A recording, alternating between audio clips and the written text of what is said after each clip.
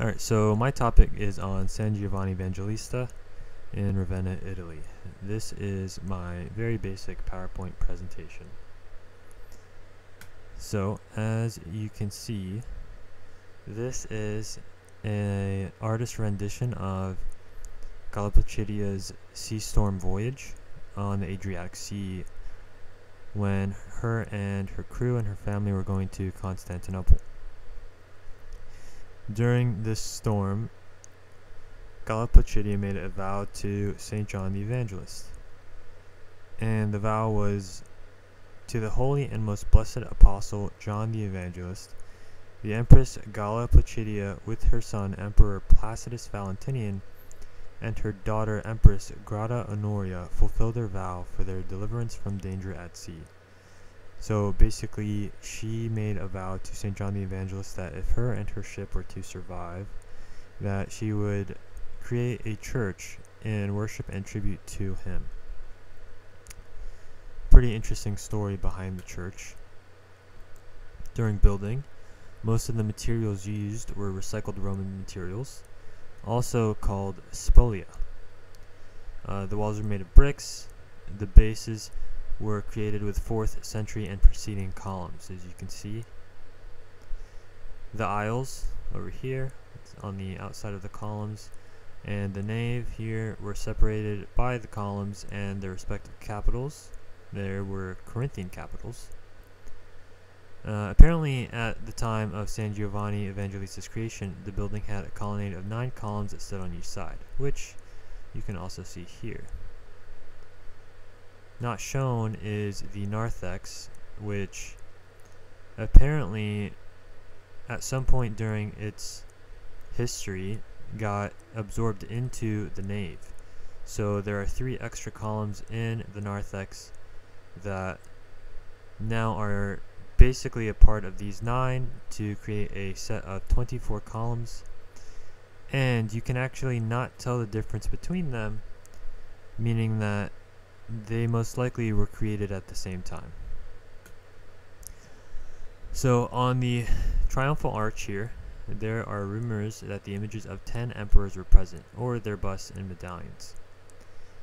The individuals that have been present on the right side were Constantine I, Theodosius I, Honorius Arcadius, and the Nobilissimus Puer Theodosius, who was Galla Placidia's first son who passed. On the left side were Valentinian I, Gratian or Gratian, Constantius III, and the Nobilissimus Puer Gratian or Gratian and John, who were the sons of Theodosius I. Now, all of these individuals were either Orthodox emperors or heirs, imperial heirs, who died young. By using them as the decorative pieces, if you will, it shows an association that Galla Placidia and her family were in direct connection to the Orthodox imperial rule. Here, if I could zoom in, hold on, is, okay, I'm just going to leave it how it is. So this is a rendition in the book showing the possible apse mosaics. And so here you have Christ, and on each side of Christ are 6 books, a total of 12, to represent his 12 apostles. On the forefront of the triumphal arch were supposedly Galla Placidia and her children, with the ship at sea to depict her vow and basically the creation of the church. Here on the soffit of the triumphal arch were where the medallions were supposedly placed. And down here you have Bishop Peter Chrysologus, who is celebrating Mass in the presence of an angel. On each side we have some imperial family members.